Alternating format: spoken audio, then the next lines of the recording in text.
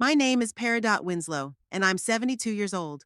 Yes, I know, it's a strange name because my parents were mineral enthusiasts and my father was a geologist.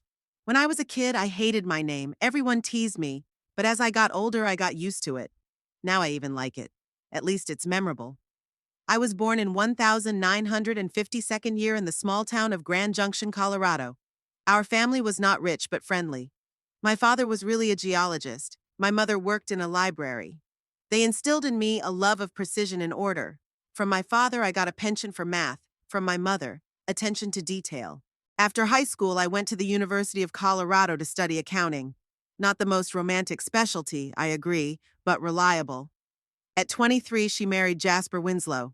He was an engineer who worked for a construction company. He was a serious, thorough man, something like my father. He always talked business without unnecessary words, but when necessary, he could support and protect me. We lived together for 34 years. Good years, peaceful. Jasper built us a house in the suburbs of Denver, small but cozy, with a garden where I grew tomatoes and roses. I was working as a chief accountant for the same construction company as my husband. Not because of patronage. It just so happened that my pedantry and honesty were in demand. We gave birth to our only son, Casper, quite late. I was already 31 years old. The doctor said there would be no more children, so Jasper and I were very fond of him. Maybe we spoiled him too much, I think so now. Jasper often said, Peridot, don't make the boy a wimp. Let him learn to solve problems on his own. But how could a mother's heart listen to reason? Casper grew up to be a difficult boy. I would not say that bad. No, he never seriously hooliganized, did not get involved with bad company. But there was some instability in him, a desire to find an easy way to success. He was average in school, though he had aptitude. He always said that he would find a way to get rich quickly, that working for his uncle all his life was the lot of losers. After high school, he went to college for business administration, but didn't finish. He dropped out in the third year, said that he did not need the theory, that he would understand everything in practice. Jasper was very upset, didn't even talk to his son for a week. And I, as always, tried to reconcile them, explaining to my husband that Casper is just looking for himself. 15 years ago, Jasper died of a heart attack. Suddenly, at work. I remember that day down to the smallest detail. We'd had a fight in the morning over some nonsense.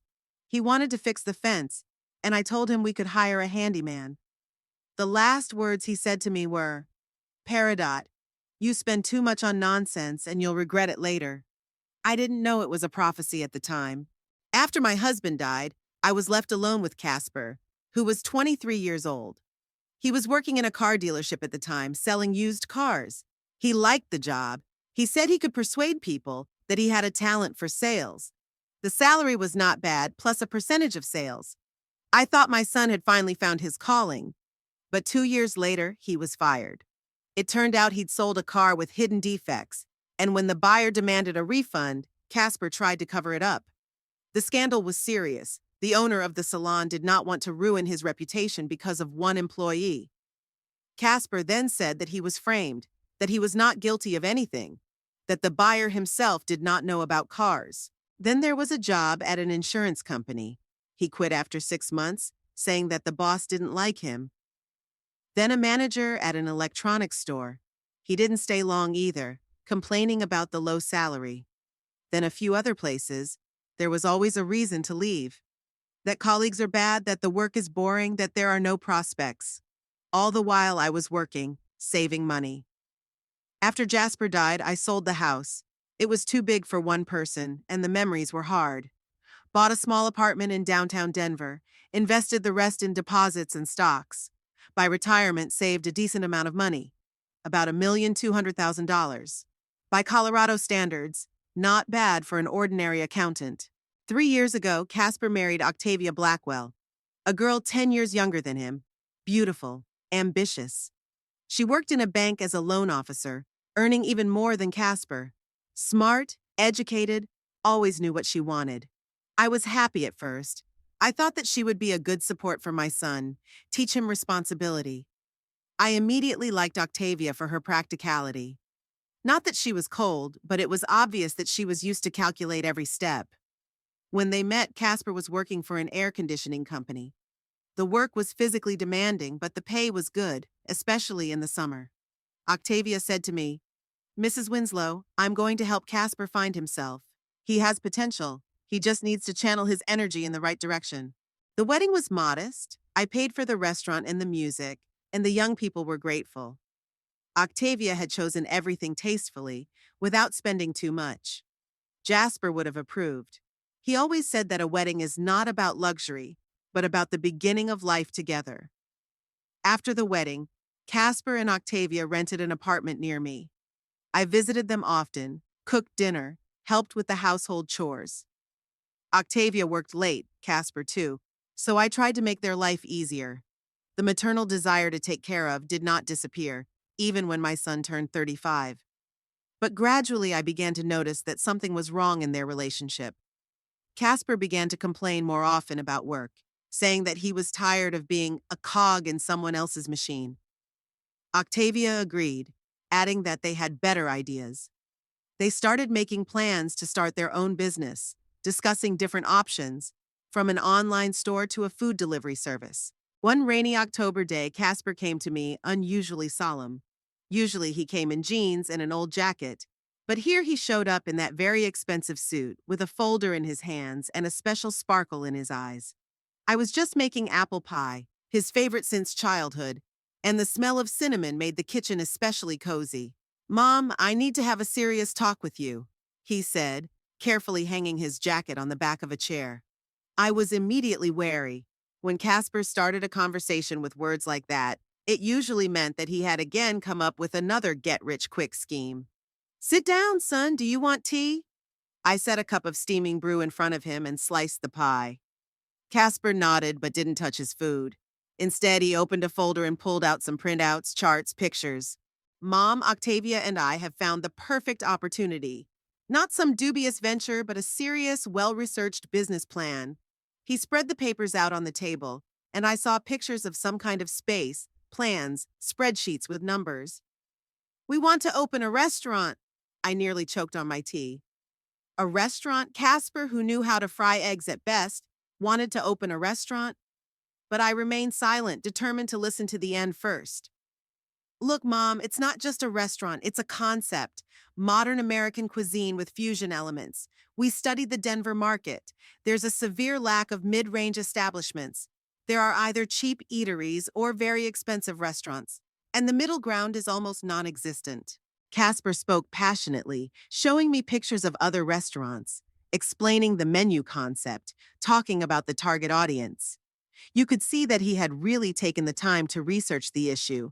This wasn't his usual 5-minute idea. "Octavia has done a financial analysis," he continued. "The profitability of the project will be 25% already in the first year. We'll find a space in the Highlands neighborhood. There's a burgeoning gourmet food scene there right now. Lots of young families with good incomes." I listened and thought about the fact that my son was finally talking like an adult. No childish fantasies about quick success, no promises of becoming a millionaire in 6 months. Numbers, market analysis, a clear plan. Maybe Octavia had really taught him how to think like a businessman. "What about experience?" I asked. "Casper, you've never worked in the restaurant business. It's a very difficult field. It's highly competitive." "Mom, that's why we spent so much time preparing." He pulled out another folder. "We took restaurant management courses. Octavia learned the specifics of working with vendors. Plus, we plan to hire an experienced chef and administrator. We'll handle the strategic management and we'll leave the operational issues to the professionals." Sounded reasonable. I've always told Casper that the most important thing in business is to know your strengths and weaknesses. If he realizes he can't cook, but can plan and promote, that's progress. At that moment, Octavia called. "Mrs. Winslow, good evening. Has Casper told you about our project yet?" A barely concealed excitement could be heard in her voice. "May I drive up? I want to show you our calculations in person." Half an hour later, Octavia was in my kitchen. She came in with a laptop and another folder of documents. Unlike her usual strict bank style, she was dressed more casually today, but still looked professional. "Mrs. Winslow, I understand your concerns. The restaurant business is indeed risky. but we've approached it as responsibly as possible. She opened her laptop and showed me a detailed presentation, graphs, tables, photos of successful restaurants with a similar concept. Look, we analyzed 15 similar establishments in Denver and other cities. We studied their menus, pricing policies, marketing strategies, determined the best value for money for our target audience. Octavia spoke convincingly, professionally. It was obvious that she had really immersed herself in the topic, studied all the nuances. This was no longer a childish dream of easy money. It was a serious business plan. We need a startup capital of $800,000, she continued. $400,000 to rent and renovate the space, $200,000 for kitchen equipment, $100,000 for furniture and interior, $100,000 for initial inventory and marketing. Casper added, Mom, I realize it's a lot of money, but this is our chance. I'm tired of working for other people, tired of getting pennies for my labor. I want to build something of my own, something I can pass on to my future children. His eyes lit up, and in that moment he reminded me of Jasper as a young man, just as determined, full of plans and hope. Jasper had dreamed of owning his own business too, but he always said that you had to first build up experience and money by working for others. Casper, what about banks? I asked. Octavia works at a bank. Surely you can get a loan. Octavia shook her head. Mrs. Winslow, banks are very reluctant to lend to restaurants. The risks are too high, lots of variables. We're being offered a loan at 15% interest with real estate collateral. That's unrealistic. We simply won't be able to make that kind of payment in the first few months of operation. But we're not asking for money as a gift, Casper quickly added. We're offering a partnership. You'll become a co-owner of the restaurant. You'll get your share of the profits. Once the business pays off, we'll buy your share at market value. Octavia nodded. We're ready to make all the paperwork official. Partnership agreement, articles of incorporation, accounts, full transparency and control on your part. I kept silent, thinking over their proposal. On the one hand, the project looked well thought out. They had obviously spent a lot of time on preparation. On the other hand, $800,000 is almost all of my savings. If the project failed, I'd be left with nothing. Mom, I know what you're thinking, Casper said, as if he'd read my mind. You're afraid I'll let you down, like I've done before with other projects. But this is different. I've never been so serious, never prepared so thoroughly. Mrs. Winslow, Octavia added, I understand your fears. As a banker, I see many unsuccessful projects, but I also see successful ones. This project has a good chance of success if it's handled professionally. I looked at them, at my son, who for the first time in years was not talking about quick money, but about serious business, and at his wife, who could provide this business with professional management. Could this really be their chance? I need time to think about it, I said finally. This is a very serious decision. $800,000 is almost all of my savings. Of course, Mom. We understand. Take your time with the decision. But just be warned. The good space could go to the competition if we procrastinate too long. After they left, I sat in the kitchen for a long time, going through their paperwork. Everything looked convincing, professional. But Jasper's voice in my head kept repeating, Peridot, don't give your son more money than you can afford to lose. I didn't sleep all night. I lay there staring at the ceiling, and the same thoughts kept running through my head. $800,000, almost all of my savings.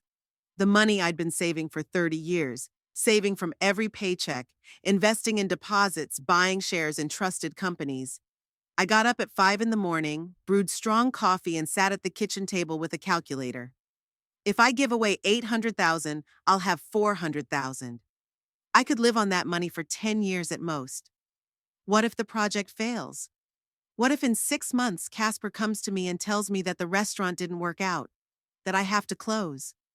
I pulled an old picture of Jasper out of my desk drawer. It was taken on our silver wedding day. He's standing next to me in his best suit, his arm around my shoulders, smiling that understated smile I loved so much.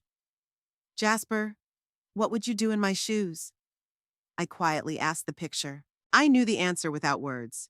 Jasper had always been against giving Casper large sums of money. A boy has to earn his own bread, he used to say. If you're always bailing him out, he'll never learn to stand on his own 2 feet. After every time my son asked for money, we had long conversations. I remember Casper asking for $5,000 for a used car when he was 20. It was a nice car, practically new, and the price was fair. But Jasper said, let him save up or take out a loan and pay it off himself. A man should be responsible for his own decisions. Casper took offense, didn't speak to his father for 2 weeks. And I, as always, tried to reconcile them. I secretly gave my son the money, told him not to tell his father. Jasper figured it out anyway. He saw the new car in the driveway. That's when we had our big fight. Peridot, you're making him look weak, my husband said. He needs to understand the value of money, needs to learn to accept the consequences of his decisions. But can a mother's heart be so hard? Can you watch your child suffer and not lend a helping hand? Jasper didn't understand it. Logic always trumped emotion in men. Mothers do the opposite. After my husband died, I felt guilty every time I helped Casper with money. Like I was betraying Jasper's memory, breaking his wishes. But how could I not?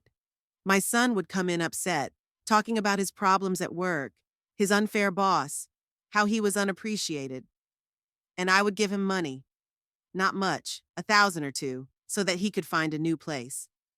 Now it was not thousands, but hundreds of thousands. It was different money, different risks.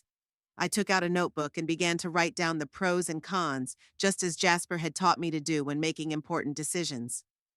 Pros. Jasper was serious for the first time in years. He researched the market, drew up a business plan, and brought his wife with a finance background into the project. The restaurant business can be profitable with the right approach. They have a clear understanding of the target audience and the concept of the establishment. Cons. Casper has no experience in the restaurant business. This is an area with high competition and high risks. $800,000 is almost all of my savings.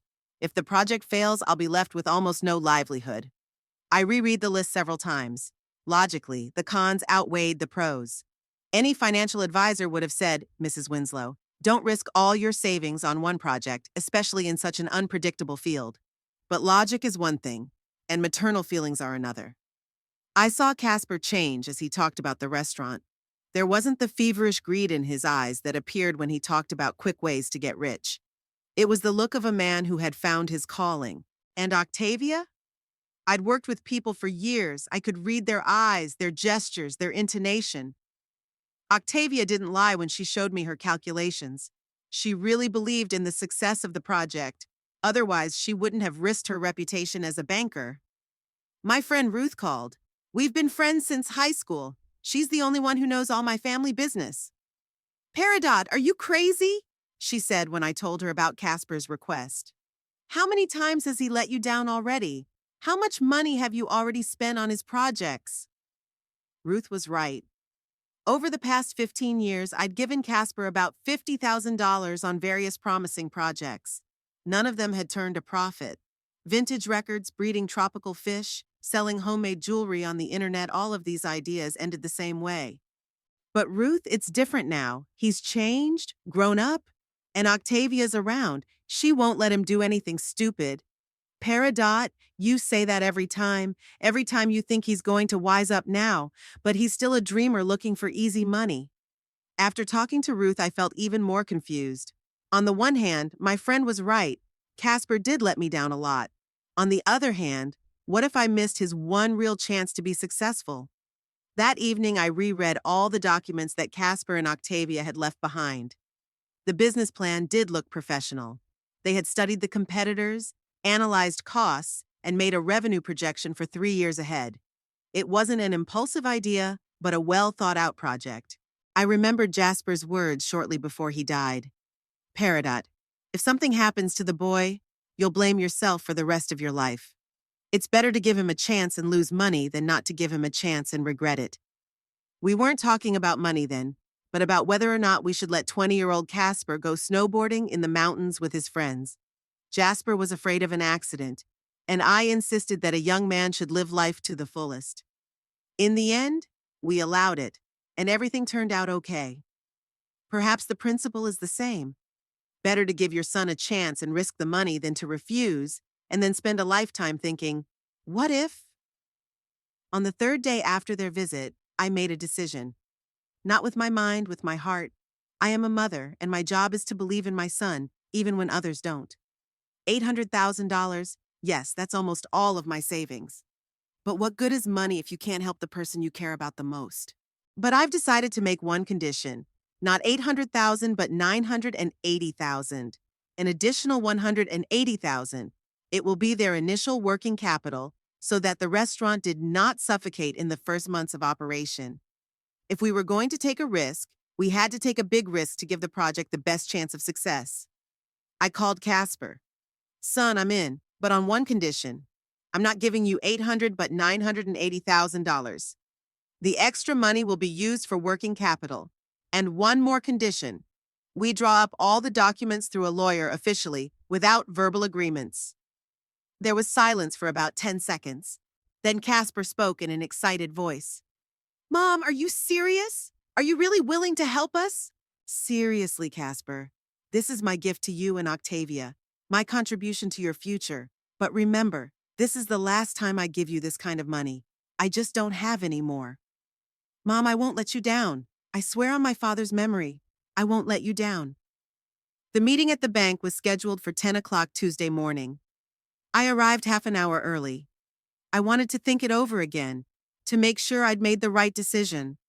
I sat in my car in the parking lot and looked at the bank building where Octavia worked.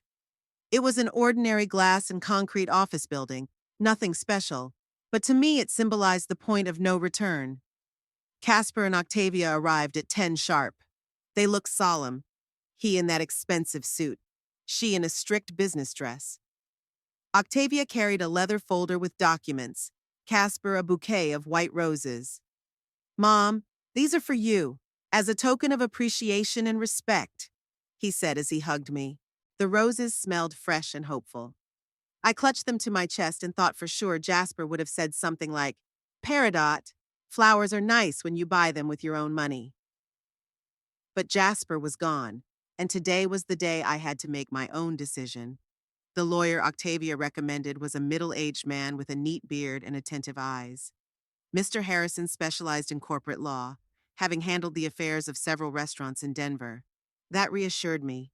It meant he understood the specifics of the business. Mrs. Winslow, he said as we settled into his office.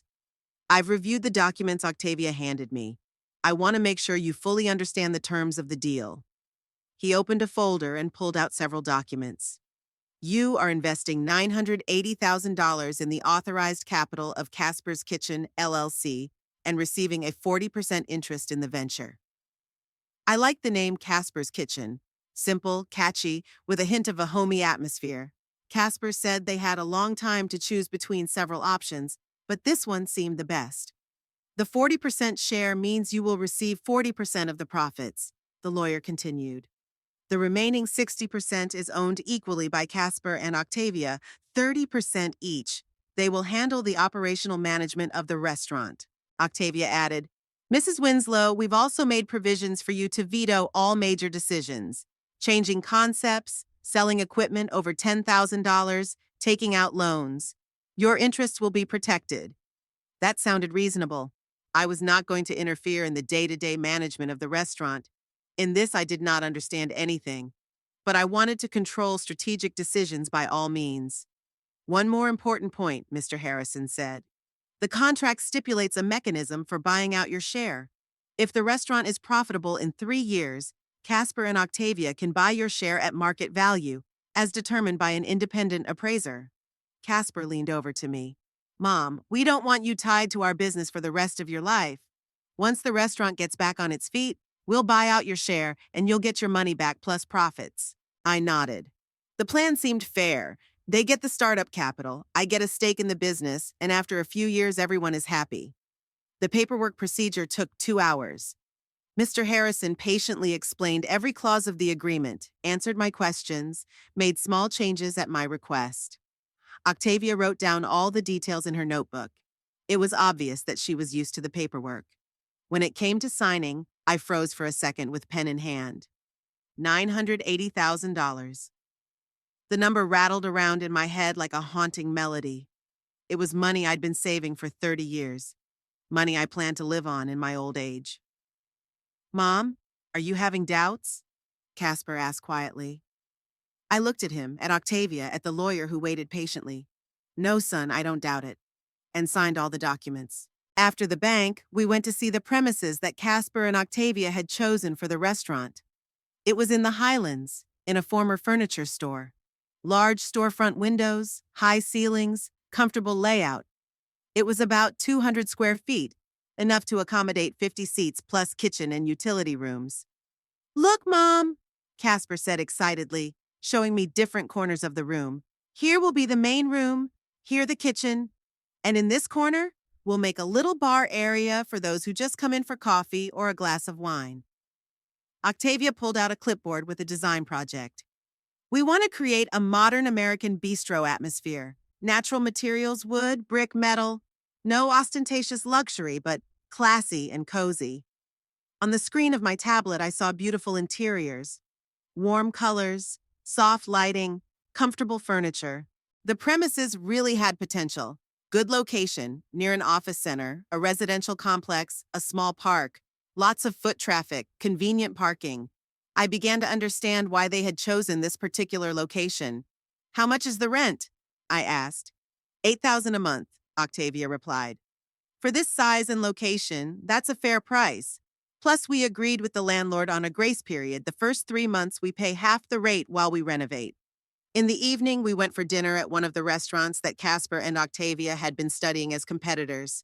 It was a small, cozy place with open kitchen and democratic prices. Casper kept writing something down in his notebook, analyzing the menu, paying attention to the service. See, Mom, they have good food, but poor service. And over there, he pointed to a neighboring table, the waiter brought the order after 20 minutes. That's too long for this type of establishment. Octavia nodded, adding her observations about pricing and marketing. I listened to their professional talk and thought they were really serious about the business.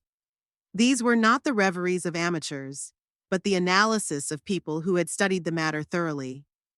Casper, I said when we were about to leave, I want you to understand, this money is really all I have.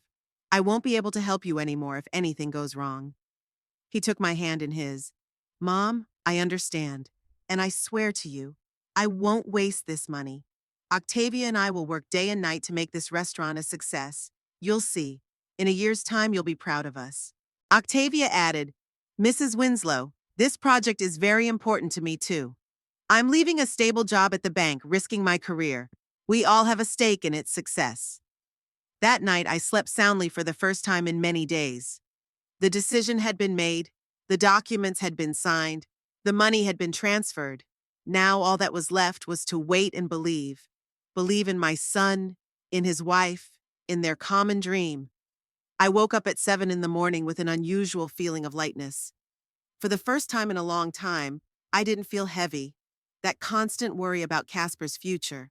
The decision had been made, the money had been handed over, and now it was up to them. I brewed a strong cup of coffee and sat down to breakfast, planning my day. I wanted to go to the garden center to buy tulip bulbs for the spring, then to see Ruth and tell her how the meeting at the bank had gone yesterday.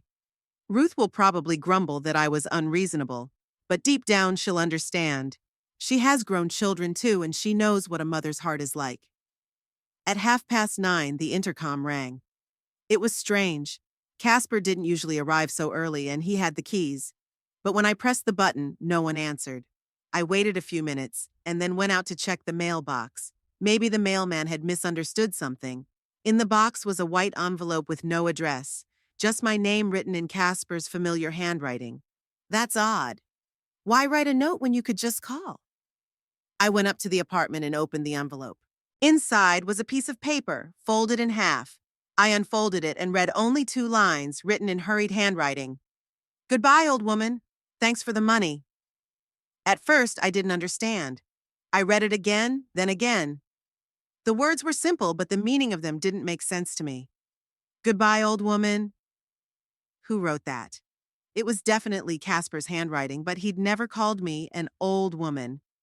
Even as a child, when he was angry, he'd say mom, or at most, mother. I sat down on the couch, holding the note with trembling hands. Thanks for the money. What did that mean? Yesterday, we'd agreed to a partnership to do business together. What thanks for the money? What goodbye? I dialed Casper's number. Long beeps. Then the answering machine said, "The caller is temporarily unavailable." Tried again, same result. I called Octavia and her phone didn't answer at all, just short beeps. My heart pounded so hard that my temples rumbled. I felt my legs give out and I fell back onto the couch.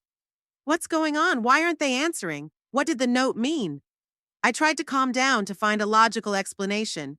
Maybe it was a stupid joke? Casper sometimes liked to make inappropriate jokes. Or was Octavia playing a joke on me? But no, it wasn't funny. Nobody makes jokes about $980,000. Maybe someone else wrote the note. Maybe something had happened, they'd been robbed, and the robbers had decided to mess with me? I grabbed that thought like a lifeline. Yeah, that's probably the explanation. They'd call me now, tell me what happened. But the phones were silent. I called every 15 minutes. The result was the same. The subscriber is temporarily unavailable. As if they'd turned off the cell phones on purpose. By noon, I couldn't stay at home anymore. I went to their apartment, rang the doorbell, knocked, nobody answered. I took out the spare keys Casper had given me for emergencies and went in. The apartment was empty. Not just empty, cleaned out. Gone were personal belongings, photos, documents. There were no clothes in the closets, no makeup and toothbrushes in the bathroom. All that was left was furniture and appliances. It was as if no one had ever lived here. On the kitchen table was another note. Sorry, but there was no other way. Don't look for us. The same Casper handwriting, the same hurry, and not a word of explanation. I ran around the empty apartment like a hunted animal. I opened closets, drawers, checked every corner. Maybe they'd left some clue, some explanation, something. But there was nothing. They were gone, like they vanished into thin air. I went home and started calling their cell phones again. Nothing. So I called the bank where Octavia worked.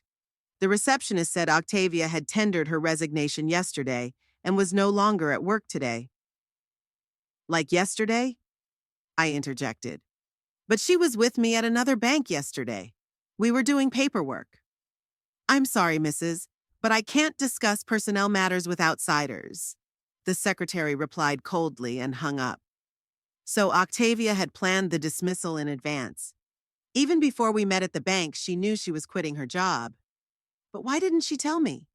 We talked about her combining her bank job with running the restaurant for the first few months. By late afternoon, I finally realized something had happened, something very bad. People don't just disappear. They don't leave their jobs without explanation.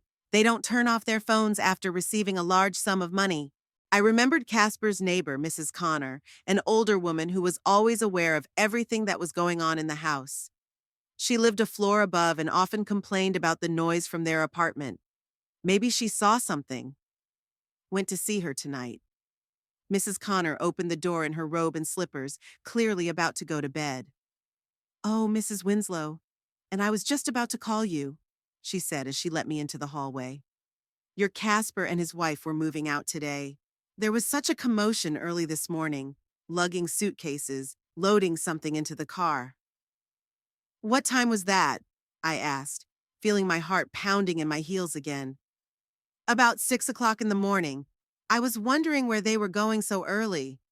They called a car, not their own, a big minivan. Casper was carrying the heavy suitcases, and that girl, his wife, was carrying the bags. And then I saw them burning something in the yard." "Burning?" "Yeah, some papers. They were burning them in a metal bucket. I wanted to say it was against house rules, but then I thought it was none of my business." So they did leave. Early in the morning, while the whole house was asleep. Took only the essentials, left the rest behind, and they burned some papers. Why burn papers if you're just moving out? "Mrs. Connor, did they say where they were going?" "Oh, no, they didn't. All I heard him say to his wife was, 'Drag it fast, the plane won't wait.' That's all." An airplane. So they didn't just move to another part of town. They flew away. But where to? And more importantly, why?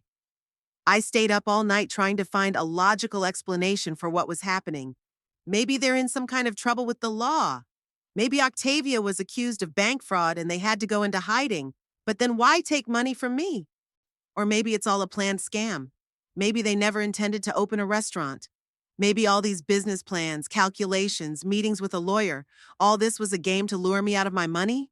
No, it can't be. Casper is my son. He may be reckless, irresponsible, but he's not a crook.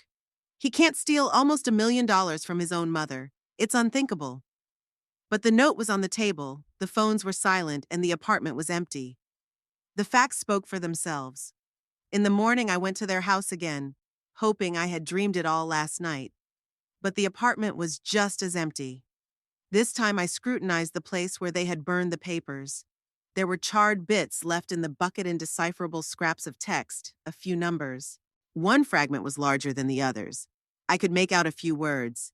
Flight 1247, and something that sounded like Bangkok or bank. The text was so damaged that it was impossible to tell for sure. Bangkok? That's in Thailand. Why would they fly to Thailand? They have no family, no friends, no business connections.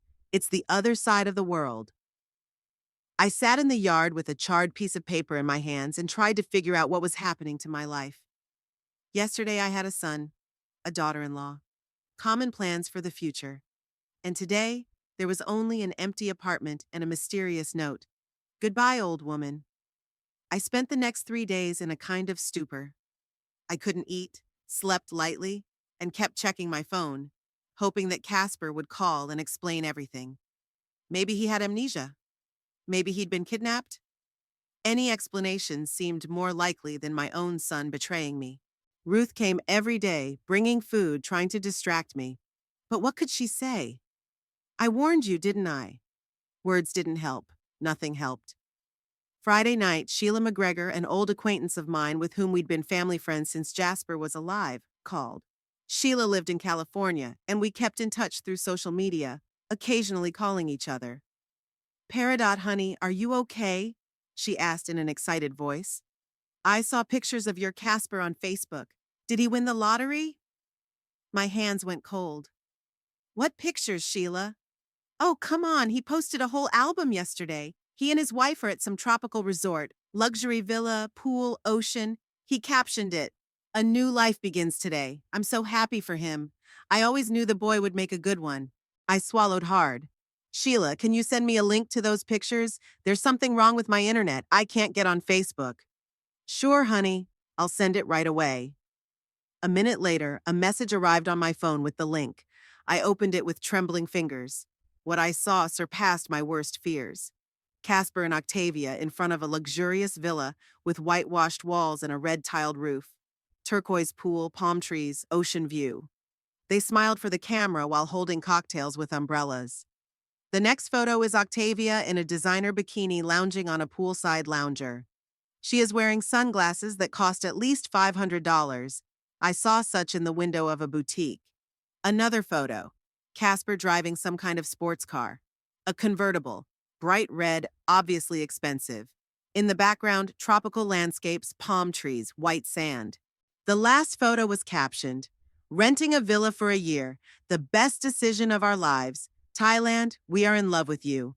Renting a villa for a year, in Thailand, with my money." I put the phone down and closed my eyes. So there was no restaurant, no business plan, no serious intentions. All this time they'd been planning to take my money and run away to a tropical resort. Live like millionaires on their old mother's dime. $980,000. In Thailand, with that money, you can live like a king for a few years. Rent a luxury villa, drive expensive cars, eat in the best restaurants, buy designer clothes. My hands were shaking so badly I could barely dial Sheila's number. Peridot, what's wrong? You sound weird. Sheila, I said, struggling to pronounce the words. They stole money from me. Almost $1 million. Cheated me out of it and ran away. There was silence in the receiver. Then Sheila exhaled. Oh my God, Peridot. I didn't know. I'm so sorry. What are you going to do? What am I going to do? That's a good question. Go to the police? File a lawsuit? Fly to Thailand and demand my money back? All of those options seemed pointless. Casper and Octavia had obviously thought of everything in advance. After talking to Sheila, I took another close look at the photos. I tried to determine exactly where they were. One of the pictures showed a sign with the name of the resort, something in Thai, but it was illegible. But another photo showed a restaurant sign in English, Paradise Beach Resort, Phuket. Phuket. I knew that. One of the most expensive resorts in Thailand. I opened the internet and found this resort's website. The cost of renting luxury villas from $15,000 to $30,000 a month. If they rented a villa for a year, they had already spent a third of my money just on housing. I scrolled through the hotel gallery and found a villa similar to the one in Casper's photos. Presidential villa overlooking the ocean, $25,000 a month. $300,000 a year, plus car, plus food, plus entertainment. My money was melting like ice cream in the sun. Called Ruth and told her about the pictures. Peridot, call the police right away, screamed my friend. This is the ultimate fraud. They've swindled you out of your money. But I gave it to them myself. I signed all the documents voluntarily. Under false pretenses, they said they were going to open a restaurant, but they were planning to run away to Thailand. It's a fraud, Peridot. Ruth was right. Technically, it is indeed a scam. Casper and Octavia had gotten money under false pretenses. But what good would it do? Thailand is a distant country. The laws are different there. American police can't arrest them. But it was worth a try, just so I wouldn't feel like a complete victim. The next day, I went to the police station. The officer on duty, a young guy in his 30s, listened to my story with sympathy but without much enthusiasm. Mrs. Winslow, you see, this is a complicated situation. Technically, you voluntarily gave the money to your son. We have documents to prove that it was an investment in a business. But there is no business. They cheated me. That has to be proved. And it's very difficult to prove deception in such cases. They can say that plans changed, that the restaurant turned out to be an unprofitable project. The officer was right. Even the goodbye, old woman note was not a direct admission of fraud. Rather, it was cruelty, but not a crime. What about the fact that they fled to another country? That's not a crime, Mrs. American citizens have the right to travel, even if they don't return your calls. I walked out of the station empty-handed and heavy-hearted. The police are right. It will be nearly impossible to prove fraud. Casper and Octavia have thought of everything. The paperwork is official. There were no direct threats or coercion. That evening, sitting alone at home, I opened Casper's Facebook again. He'd added a few more pictures. Dinner at an expensive restaurant, a yacht trip, shopping in boutiques. Each photo was like a knife to the heart. Under one of the photos, Octavia wrote a comment. Finally, we can live the life we deserve. Thank fate for this gift. A gift. $980,000 of my savings they considered a gift from fate. That night, I finally realized that my son had betrayed me. Not just disappointed or let me down, but betrayed me. Coldly, calculatingly, without a shadow of regret. And while they are enjoying a luxurious life in a tropical paradise, I sit in an empty apartment and calculate how many months I have enough money left. But the worst part wasn't that I lost the money. The worst part was that I lost my son. I spent 3 days in a kind of daze, looking at pictures of Casper from Thailand and feeling sorry for myself. I sat on the couch, drank tea without sugar. Even sugar seemed like a luxury I couldn't afford.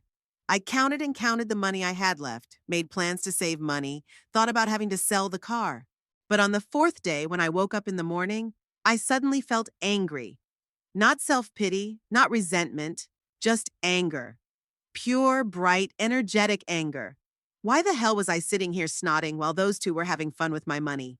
Jasper always said, Peridot, if you're attacked, don't complain. Fight back. Then he was talking about the bullies at school who teased me because of my unusual name. But the principle is the same. When you've been robbed, you don't cry, you act.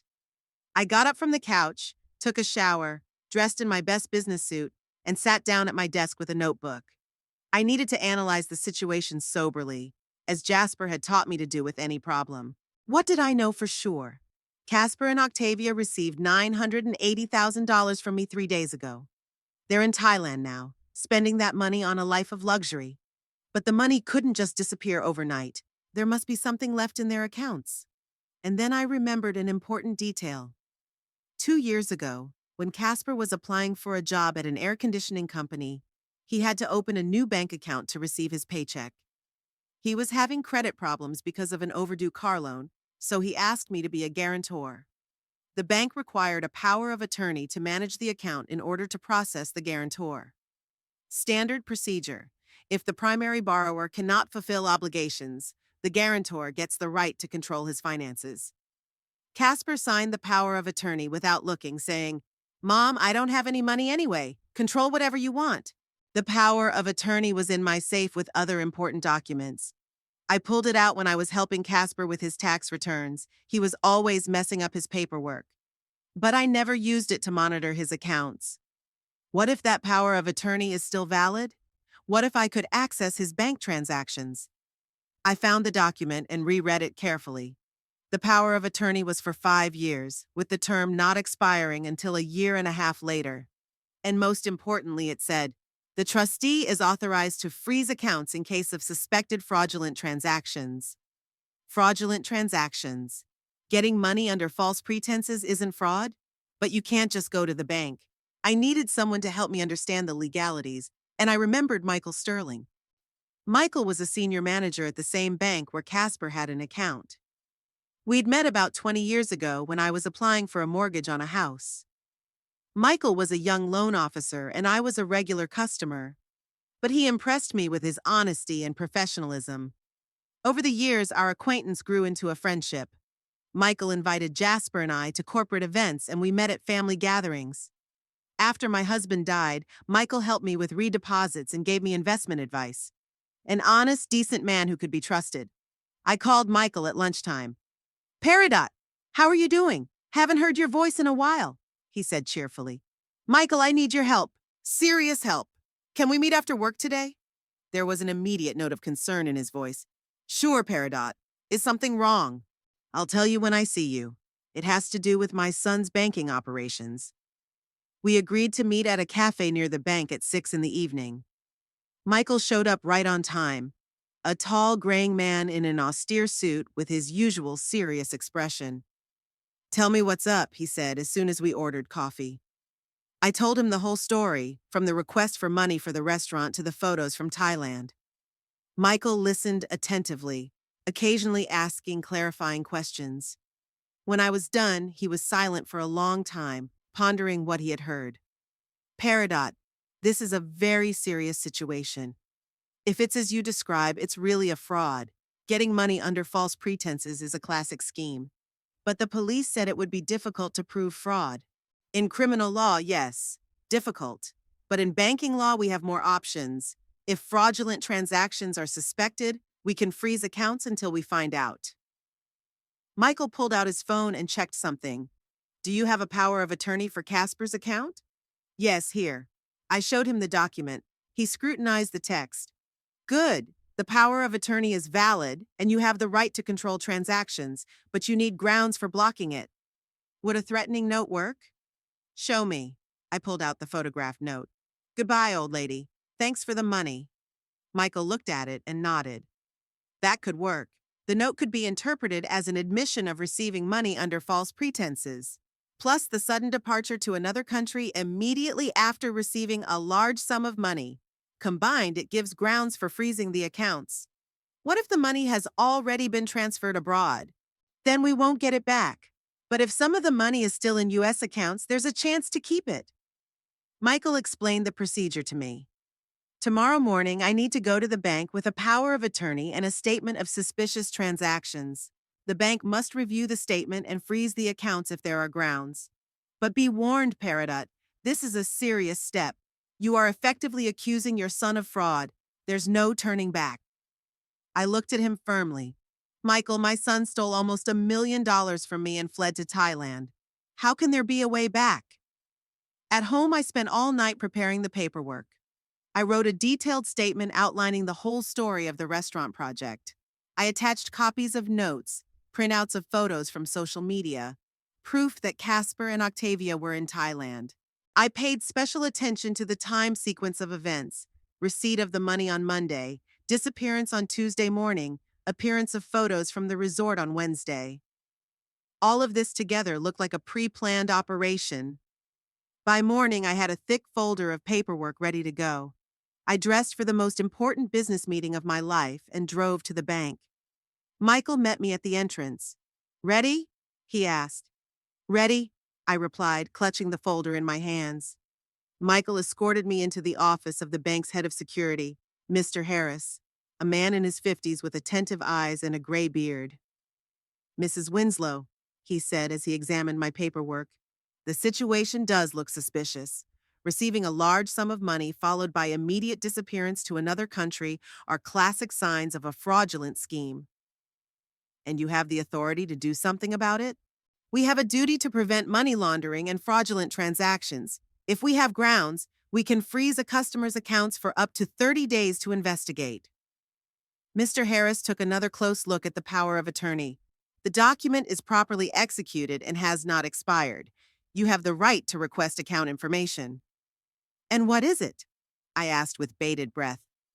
He worked with the computer for a few minutes, then looked up. "There are $342,000 in Casper Winslow's current account. There's another $128,000 in a savings account. $470,000, almost half of the stolen money, was still in the bank. So Casper hadn't had time to transfer it all overseas. Can you freeze these accounts?" "Based on the documents and power of attorney presented, yes, we can. We'll block them for 30 days, with the possibility of extension if we receive additional information from law enforcement." Mr. Harris typed up some orders, signed, sealed. Half an hour later, Casper's accounts were frozen. "What does that mean practically?" I asked. "Your son won't be able to withdraw money from those accounts, transfer it, use the bank cards linked to the accounts. In effect, those $470,000 are blocked until the circumstances are clarified." I walked out of the bank with a feeling I hadn't experienced in years, a sense of victory. A small, intermediate victory, but a victory nonetheless. Casper thought he had me wrapped around his finger, but it turned out the old mother wasn't so helpless. After blocking the accounts, I felt like I was finally in control. Casper and Octavia were rejoicing in Thailand, unaware that half of the stolen money was no longer available to them. But that was just the beginning. That evening, Michael called me at home. "Peridot, there's some interesting news. After locking the accounts, our system detected attempts to access them. Someone tried to log into Casper's online banking about an hour ago." "From Thailand?" "Judging by the IP address, yes. The attempts were repeated several times, then stopped. Apparently, they realized the accounts were blocked. So Casper has already found out about the blocking. I wonder what he's thinking right now. He's probably trying to figure out how it happened. Or maybe he's already figured out that I'm not the helpless old lady he thought I was." The next day, I went to the police station, to the same officer who had been less than enthusiastic about my first complaint the week before. This time, I had my trump cards, blocked accounts, and documents from the bank. "Mrs. Winslow," Officer Davis said as he studied my new paperwork, "the situation looks very different. The bank has confirmed suspicious activity in your son's accounts. That gives us grounds to prosecute the case." "What about the notes? Can they be used as evidence?" "The goodbye, old lady. Thanks for the money, in conjunction with other circumstances, may be regarded as a circumstantial admission of fraud, especially since the money was obtained under the false pretense of investing in a restaurant." Officer Davis explained to me the further procedure. "I need to file a formal fraud report. The police will investigate, request documents from the bank, and try to locate the suspects. But since your son is overseas, arrest and extradition can take a long time. Thailand is not always willing to cooperate in such cases." "And the blocked money?" "If the court finds fraud, the money will be returned to you as the injured party. But that could take months." I signed a criminal complaint against Casper Winslow and Octavia Blackwell for grand larceny fraud. It was strange to see my own son's name on the official charging document. In the evening, as I sat at home with a cup of tea, the phone rang. An unfamiliar number, an international code. I hesitated for a few seconds, then answered it after all. "Mom?" I heard Casper's familiar voice. He sounded worried, almost panicked. My first inclination was to hang up, but I pulled myself together and answered coldly, "What do you want?" "Mom, what's going on?" I can't get into my accounts. The bank says they've been blocked at the request of a trusted person. Is that you? What do you think? Mom, you don't understand. We're in trouble here. We need the money. Unblock the accounts now. There wasn't an ounce of remorse in his voice, no attempt to apologize, only demands and indignation, as if I was the one who owed him something, not him who had stolen nearly $1 million from me. Casper, I said calmly, you wrote me goodbye, old woman, and ran off with my money to Thailand. What more money do you want from me? Mom, it's not what you think. We didn't run away. We just temporarily changed our plans. You can open a restaurant here in Thailand. It's even better, there's less competition. A restaurant in Thailand? I couldn't help but laugh. Casper, I saw your pictures on Facebook. A villa for $25,000 a month, yachts, expensive cars. What restaurant? There was silence on the phone. Then Casper spoke in a different tone, pleading, almost childlike. Mom, please don't do anything stupid. Unlock the accounts and we'll talk about everything. I'll explain it to you the way it is. Explain it right now. It's not convenient over the phone. Mom, you realize this is a different country, different laws. If we don't have access to money, we could get into serious trouble. And when you stole from your own mother, did you think about her problems? I didn't steal from anyone. We're partners. You signed the documents yourself. It's an investment, not a theft. An investment in your vacation at a tropical resort? Casper fell silent again. Then a woman's voice, Octavia's, intervened in the receiver. Mrs. Winslow? This is Octavia. May I speak to you? Speak! Mrs. Winslow, I'm afraid there's been a misunderstanding.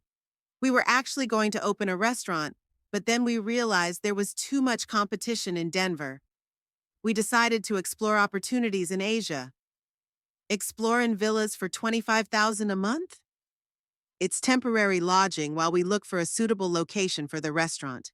Thailand is a very promising market for American cuisine. Octavia spoke confidently, professionally, as if she were making a business presentation, but I could hear the falseness in every word. Octavia, I said, if you're really looking for restaurant space, why did you write goodbye, old woman? Why did you disappear without saying a word? Casper was upset about having to change plans. He wrote the note in an emotional state without thinking about your feelings.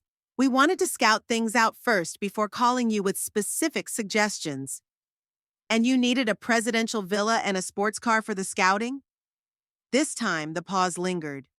Then Octavia said already less confidently, Mrs. Winslow, we're willing to come back and explain everything in person, but in order to do that, we need access to the accounts. No. No how. No unlocking. I've filed a fraud report with the police. Let the courts sort out who's right. There were excited voices on the phone, Casper and Octavia talking rapidly about something. Then Casper spoke again, not in a pleading tone, but in a threatening one. Mom, you're making a big mistake. We're not tourists here. We have serious obligations. If you don't unblock the accounts, we'll have to take extreme measures. What extreme measures?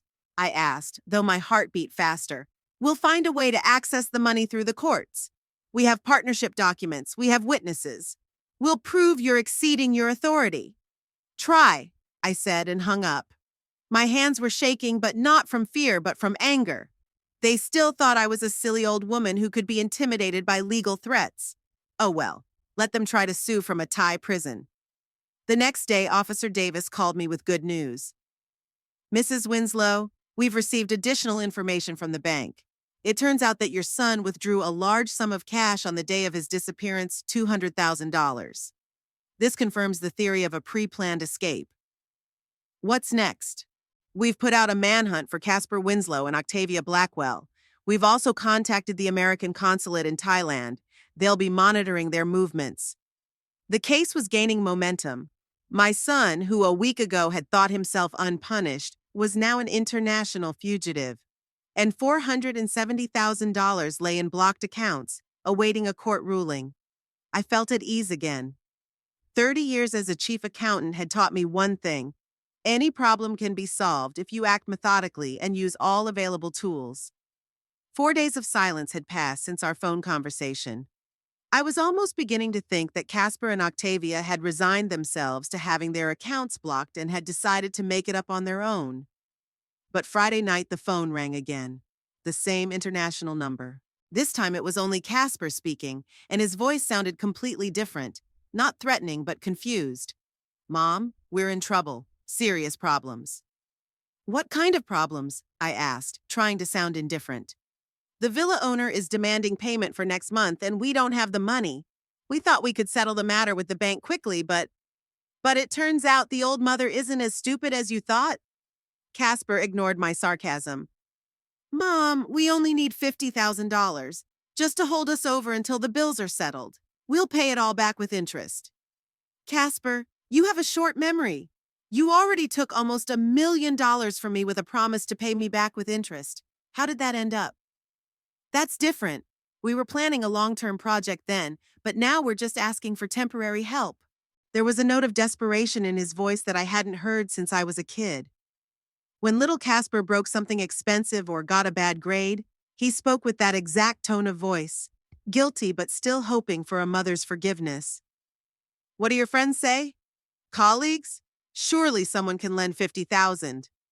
Mom, we've already called everyone. No one can help with that amount." That didn't surprise me. Casper had always been surrounded by casual acquaintances, not real friends. People who are willing to have a beer and chat about soccer aren't necessarily willing to lend large sums of money at all. And Octavia's parents, they're furious. When they found out Octavia quit her job and flew to Thailand, they made a scene. Now they won't talk to her at all. So even her own parents turned their backs on Octavia when they realized the scale of her adventure. I wonder if she'd told them the money had been stolen from her husband's mother. "Mom," Casper continued in an increasingly pathetic tone, "we're ready to go home and explain everything, but we need the money for the tickets." "For tickets? Why, don't your credit cards work?" "They work, but the limits are small, and tickets from Thailand to America are expensive, especially if you buy at the last minute." I grinned. So when they planned their restaurant project, they made sure to buy one-way tickets, but didn't think about the return trip. Apparently, they expected to live like kings in Thailand on my money. "Casper, how much money do you have now?" "Not much. We withdrew cash before we left, but most of it went to pay for the villa and other expenses." "Other expenses like yachts, restaurants, and a sports car?" "Mom, don't be like that. We were sure it would work out, that we could pay you back with a profit. It's just that plans changed." There wasn't a shadow of remorse for the stolen money in Casper's voice. He was still trying to present the case as if it was a failed investment rather than outright fraud. "Casper, I won't give you a dime. What's more, if you call me again asking for money, I'll have the police trace your calls." "Mom, you can't do that to your own son. And you could steal $1 million from your own mother?" I hung up and disconnected the phone. Let them solve their own problems. The next 2 weeks were the quietest I'd ever experienced. Casper didn't call anymore. Only old pictures of their acquaintances appeared on social media, and there was no news from Thailand. I was almost beginning to think they had found some way out of the situation, but then Sheila McGregor called. There was concern in her voice. "Peridot, dear, are you aware of what's going on with Casper?" "What about him?" "I got a call from Susan Harris. Remember we worked in insurance together? Her son Daniel was friends with Casper in high school. Anyway, Daniel got a strange call from Casper." I was wary. "What kind of call?" "Casper asked to borrow $10,000, said he was having temporary difficulties, that everything would be resolved soon. Daniel said no. They hadn't spoken in 15 years, so why would he give him that kind of money?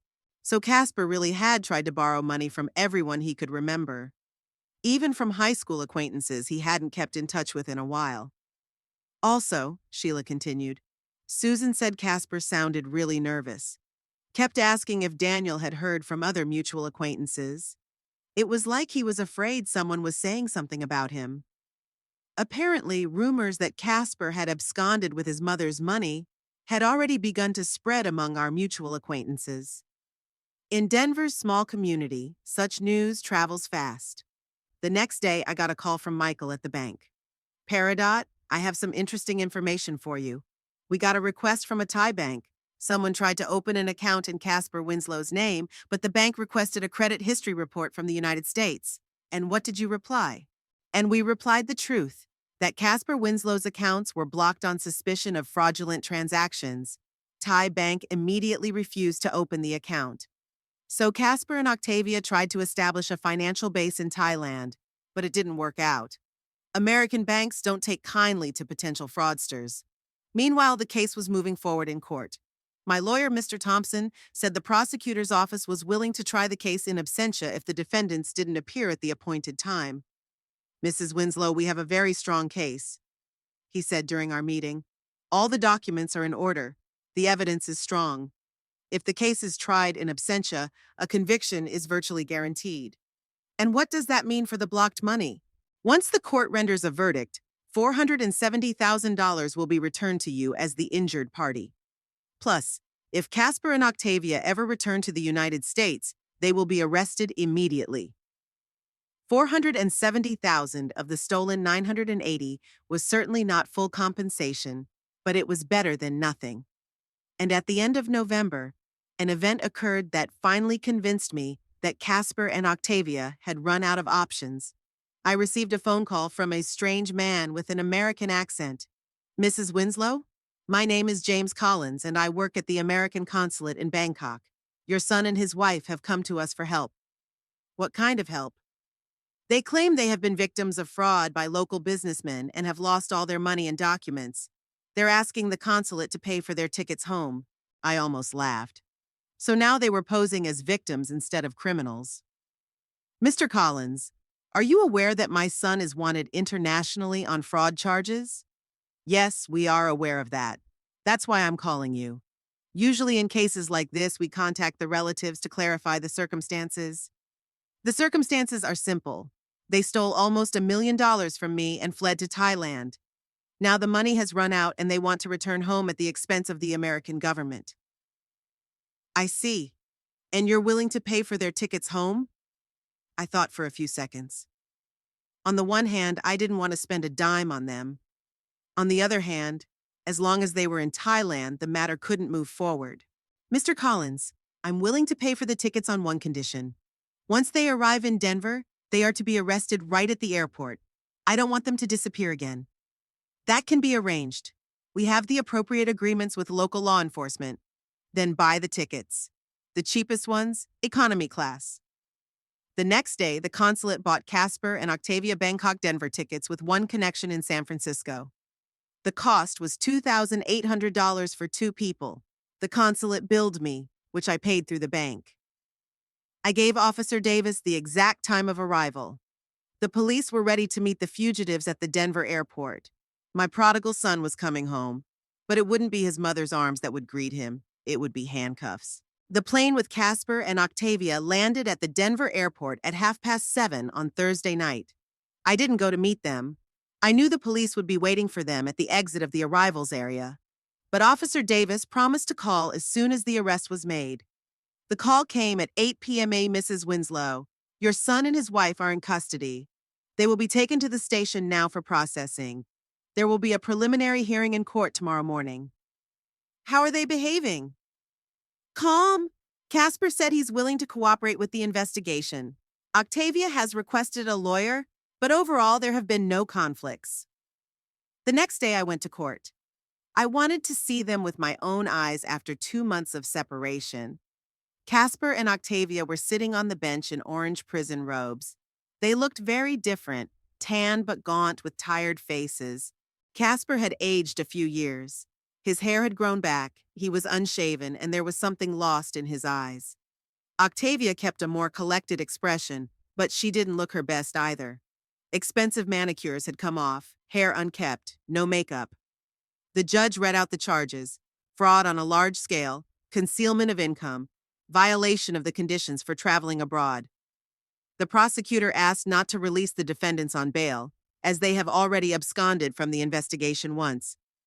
Octavia's lawyer, a young woman in a strict suit, tried to prove that her client had acted under the influence of her husband and that she herself had been the victim of deception. But the judge was adamant. Both defendants remain in custody pending trial. As Casper was being led out of the room, he turned and looked at me. There was something in his eyes that I hadn't seen in years. Shame. Real, deep shame. He didn't wave, didn't try to say anything, just looked at me and turned away. A week later, I got a call from Casper's lawyer, a court-appointed defense attorney named Rodriguez, a young but experienced lawyer who specialized in financial crimes. Mrs. Winslow, your son wants to cut a deal with the investigation. He's willing to plead guilty and return any money he can still recover in exchange for a reduced sentence. A full confession of guilt, cooperation with the investigation, restitution. He doesn't have large sums at his disposal, but he's willing to pay restitution in installments over several years. That sounded reasonable. Better to get the money in installments than to get nothing at all. And Octavia? Octavia Blackwell insists on her innocence, claims she was misled by your son, that she was unaware of the true origin of the money. It's typical of Octavia to try to put the blame on Casper, even though she was the mastermind behind a lot of the spending in Thailand.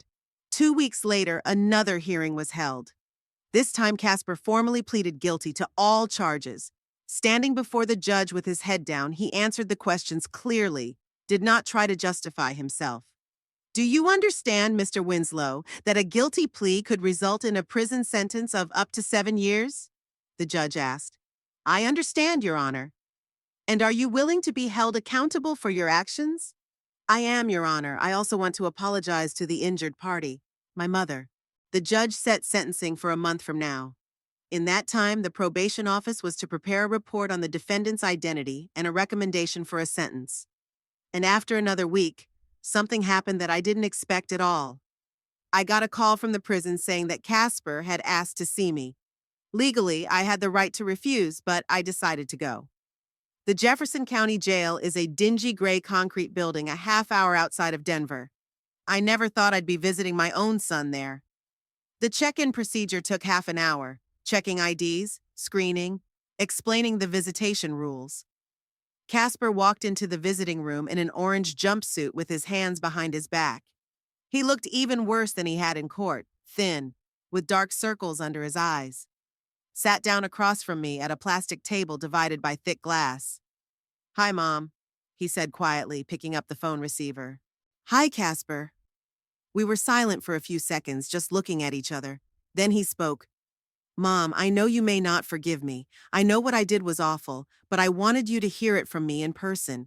I'm remorseful for what I did. Repent for stealing the money or for getting caught. He sighed. I repent betraying your trust, for hurting you, for acting like a selfish child instead of a grown man. That was what I wanted to hear 2 months ago. An admission of guilt without excuses or attempts to shift the blame. Casper, why? What made you think you were entitled to my money? He was silent for a long time, choosing his words. I guess because you always helped me out. Always gave me money when I asked for it. I thought it was normal for a mother to help her son. But $980,000 isn't help. That's almost all of my savings. I know, and I know I acted like a scumbag. But at the time I thought, it seemed like I was going to inherit that money anyway, so why wait? At least be honest. No pretty words about investments and joint business. The simple truth. He felt he was entitled to my money simply because he was my son. And Octavia? Octavia, it wasn't her fault. The idea was mine, I convinced her. She really thought we were going to go into business. I didn't believe a word of it. I'd seen how Octavia had planned the spending spree in Thailand, how excited she was about the luxurious life. But if Casper wanted to take all the blame, that was his right. Casper, what's next? My lawyer says I'll get 3 or 4 years, maybe less if I behave myself. And when I get out, I don't know. I'll try to get a job, start over. And the money? Can you get anything back? Mom, I don't have anything. Nothing at all. We didn't buy the apartment. We sold the cars before we left. We had no savings. But I promise, as soon as I get a job, I'll give you part of my paycheck. As much as I can. I looked at him, at my 38-year-old son, who was in jail for stealing from his own mother. And I thought maybe that's what he needed. Maybe only prison could teach him responsibility. Casper, I don't know if I can forgive you. Not right now. You didn't just steal the money. You betrayed my trust, my love. That hurts worse than losing the money. his eyes filled with tears. I understand, Mom. I'm not asking for forgiveness now. I have to earn it. Casper was sentenced in late January. 3 years in prison with the possibility of parole after a year and a half on good behavior, plus an obligation to pay $980,000 in restitution. Octavia got 2 years probation and an obligation to pay half of the damages. Her attorney was able to argue that she was a lesser participant in the fraud, though I knew that wasn't entirely true. The blocked $470,000 was returned to me immediately after the sentencing. Almost half of the stolen money was returned to my account. The other $510,000 was to be paid to Casper and Octavia over the years. In February, a month after the verdict, I got another call from the prison. Casper again asked to see me. I hesitated longer this time, but I went anyway. He looked better than the last time. He'd gotten a little better, and there was a certainty in his eyes. Turns out he'd enrolled in a vocational training program in prison. Mom, I'm learning welding. The instructor says I have a knack for it. Maybe when I get out, I can get a decent job. Welder. My son, who dreamed of becoming a successful businessman, was learning to weld metal. It's ironic. That's good, Casper. Welders make good money. Mom, I wanted to tell you something. I'm seeing a prison psychologist. She's helping me understand why I've spent my whole life looking for the easy way out. That was unexpected. Casper had never believed in psychologists, considered it fiction for wimps. And what did you realize? Realized that I've been a spoiled brat all my life. You and Dad always bailed me out, and I got used to problems solving themselves. I didn't learn to fight, to be patient, to work on myself. Dr. Miller, that was the name of the prison psychologist, had told him the same thing Jasper had once told him. Only Casper hadn't listened then. I also realized I was jealous of other people. I saw how people my age lived. Someone else had their own house. Someone else had a nice car. Someone else had a successful business. And I felt like I was worthy of the same, just because I wanted it. And now? Now I realize that you have to earn what you have. That no one owes anyone anything for nothing. We talked for almost an hour. Casper told me about life in prison, about the other inmates, about his plans for the future. He spoke calmly, without self-pity, without trying to put the blame on circumstances. When the visiting time was over, he said, "Mom, I'm not asking you to forgive me. I'm not asking you to wait for me to come out. I just want you to know that I've changed. And if you ever give me another chance, I won't miss it." And in March, Octavia called out of the blue. She was out living with her parents in Boulder, looking for work. "Mrs. Winslow, can I come to you? I need to talk to you." I agreed, although I didn't really want to see her. Octavia came by bus. Apparently, she didn't have a car anymore. She looked very different, cheap clothes, no makeup, simple hair. "Mrs. Winslow, I want to apologize for what happened. I know my apology won't change much, but I had to make it." She spoke sincerely, with no attempt to justify herself or shift the blame to Casper. "Octavia, did you really not know that Casper was planning a theft?" She was silent for a long moment, then answered honestly, "I knew.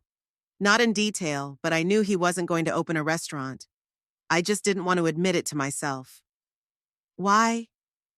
"Because I wanted a beautiful life. I was tired of counting every dime, saving for an apartment, driving an old car. When Casper suggested the plan, I gave in to temptation. At least be honest. Better the bitter truth than the sweet lie." "What about now?" "Now I'm trying to find a job. No luck so far. My reputation's ruined. Banks won't hire me. I'm thinking of getting a job as a salesman or receptionist." Octavia said that she divorced Casper before the trial. She said she couldn't forgive him for dragging her into this adventure. "One more thing, Mrs. Winslow. I found a job in a cafe. The pay is small, but I promise to give you half every month. It won't cover my debt, but at least it'll be something." It was unexpected. According to the court order, she had to pay me the money, but no one was forcing her to start immediately. "Octavia, why are you doing this?" "Because I want to sleep well. I realize I've caused you a great deal of harm, and I want to at least partially repay it." She left me her new phone number and address and left. A week later, $300 arrived in my account, marked reimbursement from O. Blackwell. $300 out of 500,000, a drop in the bucket, but it was the first drop.